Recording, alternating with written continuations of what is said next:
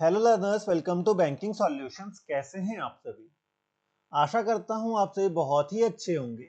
आपकी तैयारी बहुत अच्छे से चल रही होगी। आप सभी का कमेंट आ रहा था कि क्वांट का स्ट्रेटेजी बताइए कि लास्ट 15 डेज में ऐसा क्या करूं कि मेरे मार्क्स कुछ बूस्ट हो जाए। तो ये वीडियो सिर्फ और सिर्फ अभी आने वाले एसबीआई पीओ क्लर्क के लिए नहीं होने वाला है। ये आपका फॉरएवर वाला वीडियो है। मतलब किसी भी बैंक एग्जाम्स के 15 दिन पहले आप ये वाली स्ट्रेटेजी को फॉलो करिए। देखिए आपके मार्क्स कैसे इनहेंस हो जाते हैं, कैसे मार्क्स बूस्ट हो जाते हैं। 5-7 नंबर तो आपके आराम से इंक्रीज हो जाएंगे और आप इस स्ट्रेटेजी को फॉलो कर रहे हैं लास्ट के 15 दिन में। तो ठीक है। और इस वीडियो के एंड में मैं आपको कुछ प्रो टिप्स देने वाला हूं जिससे कि फॉलो करके आप और अपने मार्क्स को और अच्छे से इनहेंस कर सकते हैं। अगर आपको और भी सब्जेक्ट्स का ऐसा स्ट्रेटेजी चाहिए तो कमेंट करके बताइएगा। अभी हम क्वांट के स्ट्रेटेजी की ओर बढ़ते हैं कि लास्ट 15 डेज में आपको क्या स्ट्रेटेजी फॉलो करनी चाहिए। तो सबसे पहला है practice one liners. One liners में क्या क्या आते हैं? तो वन लाइनर्स में आता है अप्रोक्सीमेशन और सिंप्लीफिकेशन। ठीक है, अप्रोक्सीमेशन और सिंप्लीफिकेशन।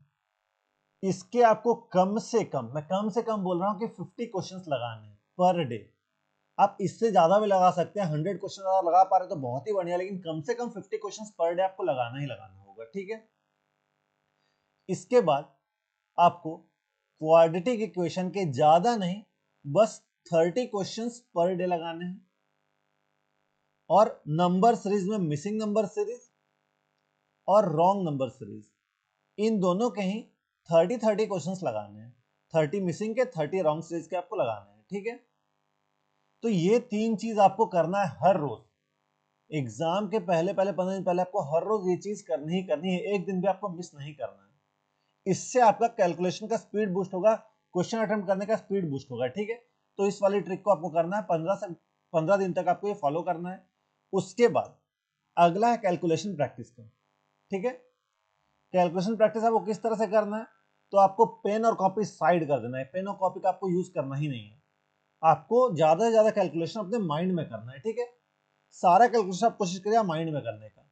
और कुछ नहीं, आपको सुबह उठ के 15 मिनट, सुबह सुबह ही आपको 15 मिनट देना है इस चीज पे। अब कैलकुलेशन कैसे प्रैक्टिस करेंगे? तो प्ले स्टोर पे आप सर्च करिएगा मैथ ट्रिक्स एप्स। ठीक है। कौन सा ऐप? Math tricks. इस ऐप को सर्च करके इसमें क्वेश्चन की प्रैक्टिस करिएगा और पेन कॉपी साइड रख के एकदम उठते के साथ आप 15 मिनट इसे जरूर से करिएगा। और क्वेश्चन आपको माइंड में ही करना है, पेन और कॉपी आपको नहीं करना है।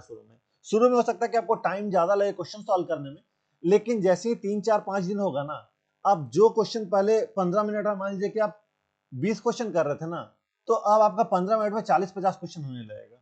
स्पीड इस तरह की बढ़ जाएगी। लेकिन कैलकुलेशन आपको माइंड में करना है, क्योंकि देखिए जब आप हाथ से कैलकुलेशन करते हैं ना तो आपका स्पीड लिमिट हो जाता है। जितना स्पीड लिख सकते हैं उतना ही स्पीड आप कैलकुलेशन कर पाइएगा। बट माइंड का कोई लिमिट नहीं है। माइंड को आप जिस तरह से ट्रेन करिएगा उस तरह से आपका स्पीड बूस्ट होगा। तो माइंड में कैलकुलेशन करने की स्पीड करिए, ऐसा हो जाएगा आपने क्वेश्चन देखा, माइंड में कैलकुलेशन क्या, फटाक से आंसर, कैलकुलेशन क्या, फटाक से आंसर, इस तरह का आपका हो जाएगा। तो कैलकुलेशन प्रैक्टिस आपको माइंड में करनी है। इसके बाद टॉपिक वाइज क्वेश्चन के प्रैक्टिस करनी है। इसमें दो टॉपिक आपका मस्ट है जो कि हाई वेटेज टॉपिक है दोनों ही। डीआई आता ही आता है आपका एग्जाम में, तो कम से कम आपको 10 सेट ऑफ डीआई लगाना है, वो भी मिक्स्ड। ऐसा नहीं कि सिर्फ सिर्फ टेबल लगा रहे हैं, सिर्फ सिर्फ पाई लगा रहे हैं, ऐसा कुछ नहीं। आपको ये 10 सेट में आपको टेबुलर डीआई भी प्रैक्टिस करनी है, आपको ग्राफ बेस्ड डीआई प्रैक्टिस करनी है, और आपको केसलेट डीआई प्रैक्टिस करनी है। किस तरह से करना है आप अपना डिसाइड कर लिया। हो सकता है आप 3 टेबुलर, 3 ग्राफ, 4 केसलेट कर रहे हैं, या 4 टेबुलर, 4 ग्राफ, 2 केसलेट कर रहे हैं। आप अपने हिसाब से बाइफर्केशन कर लीजिए कि आपको किस तरह से करना है, लेकिन 10 सेट ऑफ डीआई मिनिमम आपको करनी है क्वेश्चंस के साथ। ठीक है। और अरिथमेटिक, अरिथमेटिक में सिर्फ और सिर्फ आपको हाई वेटेज टॉपिक के क्वेश्चन की प्रैक्टिस करना है। लेकिन अगर आपका अरिथमेटिक कंप्लीट नहीं है, जो भी चैप्टर का कंप्लीट नहीं है, उसे आपको छूना तक नहीं है। कुछ नया नहीं पढ़ना है लास्ट 15 दिन में। ठीक है। कोई अरिथमेटिक का ये नहीं कि एक वीडियो देख लेता हूँ कुछ एक चैप्टर का और अरिथमेटिक का मेरा मार्क्स आ जाए, उस क्वेश्चन से, अगर उस चैप्टर से अगर क्वेश्चन आता है तो मेरा मार्क्स बढ़ जाएगा, ऐसा नहीं होता है। अगर आप लास्ट 15 दिन में कोई नया चैप्टर पढ़ रहे हैं, दिमाग में कुछ नहीं घुसने वाला है, आप एग्जाम में मार्क्स लूज करके ही आने वाले हैं। तो कौन कौन से चैप्टर की आपको प्रैक्टिस रखनी है? Percentage, ratio, ages, average, time speed distance, अगर आपसे नहीं होता है टाइम स्पीड डिस्टेंस छोड़ दीजिएगा। टाइम एंड वर्क, ये बहुत ही इंपॉर्टेंट से क्वेश्चन, 1 से 2 तो हर बार एग्जाम में आता ही आता है, ठीक है। और आप प्रॉफिट लॉस, इसे स्किप मत करिएगा। तो इन टॉपिक्स के क्वेश्चन को आपको स्किप नहीं करना है। और अगर आप आने वाले एग्जाम्स की तैयारी करें, मान लीजिए कि अभी एसबीआई क्लर्क, एसबीआई पीओ की तैयारी नहीं कर रहे हैं, बाकी आईपीएस के एग्जाम्स की तैयारी कर रहे हैं, तो आप अरिथमेटिक को ध्यान अभी से रखिए और अभी से ही फोकस करिए अरिथमेटिक का हर एक चैप्टर कंप्लीट करने का, ठीक है। इसके बाद मॉक टेस्ट और डिटेल एनालिसिस, आपको हर रोज एग्जाम से पहले पहले तक 2 फुल लेंथ मॉक लगाना है, ठीक है। और सेक्शनल मॉक की आप प्रैक्टिस करनी है, कम से कम 3 सेक्शनल आप लगाइएगा, ठीक है। 3 सेक्शनल मॉक आपको कम से कम लगाना है क्वांट सेक्शन का, क्वांट का 3 सेक्शनल अच्छे से, और उसका डिटेल एनालिसिस करना है। एनालिसिस इस तरह से नहीं करना है कि ऊपर ऊपर से हमने कर लिया हो गया, ऐसा नहीं करना है आपको, डिटेल में आपको एनालिसिस करना है। जो क्वेश्चन देखिए किस तरह से होता है, मॉक में 3 तरह के क्वेश्चन होते हैं। एक वो जो आपसे बन गए, दूसरे वो जो आपने गलत बनाए, तीसरे वो जो आपने स्किप किए, ठीक है। अब स्टूडेंट्स ये 2 वाले क्वेश्चन को तो प्रैक्टिस करते, जो गलत किया और जो स्किप किया, बट जो सही किया उनका डिटेल एनालिसिस नहीं करते हैं वो। अगर आपका क्वेश्चन छूटा है ना कुछ, या गलत गलत तो गलत ही है, ठीक, लेकिन अगर कुछ छूटा है ना, तो वो आपके अटेम्प्ट करने के हिसाब से ही छूटा है। अगर आपने किसी क्वेश्चन में ज्यादा टाइम दिया है, मतलब आपको वहां पे ज्यादा टाइम नहीं देना था, आपने वहां ज्यादा टाइम देकर अपना ये वाला क्वेश्चन जो आप अटेम्प्ट करते उसका टाइम वहां पे खा गए, ठीक है।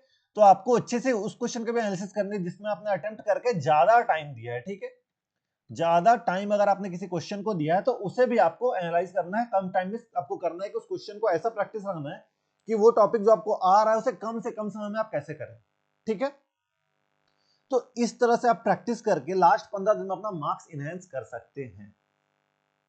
अब प्रो टिप की बात करता हूं मैं, क्या मैं प्रो टिप देना चाहता हूं, तो सबसे पहला कि आपको एक्यूरेसी पे अपना फोकस करना है। ये नहीं कि लास्ट के 15 दिन तो मैं ज्यादा क्वेश्चन लगाऊं, गलत सही कुछ भी करूं, ऐसा नहीं करना है आपको। जिस क्वेश्चन पे आप 100% श्योर है, पक्का सही होंगे ऐसा आपको लग रहा है, वही क्वेश्चन को आपको अटेम्प्ट करना है। तुक्केबाजी नहीं चलेगी, ठीक है। तुक्का आपको नहीं करना है, अच्छे से एक्यूरेसी वाले क्वेश्चन को अटेम्प्ट करना है। दूसरा चीज, स्किप करने का आपको प्रैक्टिस होना चाहिए। ट्रिकी क्वेश्चन को कैसे स्किप करना है, कैसे ट्रिकी क्वेश्चन को पहचानना है, आपको सीखना होगा। ये कैसे आएगा, तो मैक्सिमम नंबर ऑफ मॉक्स अटेम्प्ट करिएगा, तो इससे आप सीखने पाइएगा कि किस तरह से आप ट्रिकी क्वेश्चन को अटेम्प्ट कर सकते हैं, स्किप कर सकते हैं, ठीक है। तो स्किप करने का आप में एबिलिटी होना चाहिए। अगर आपने कोई क्वेश्चन को 30 सेकंड दिया, आपको समझ में नहीं आ रहा है, तुरंत वहीं से छोड़ के उसे आगे बढ़िए।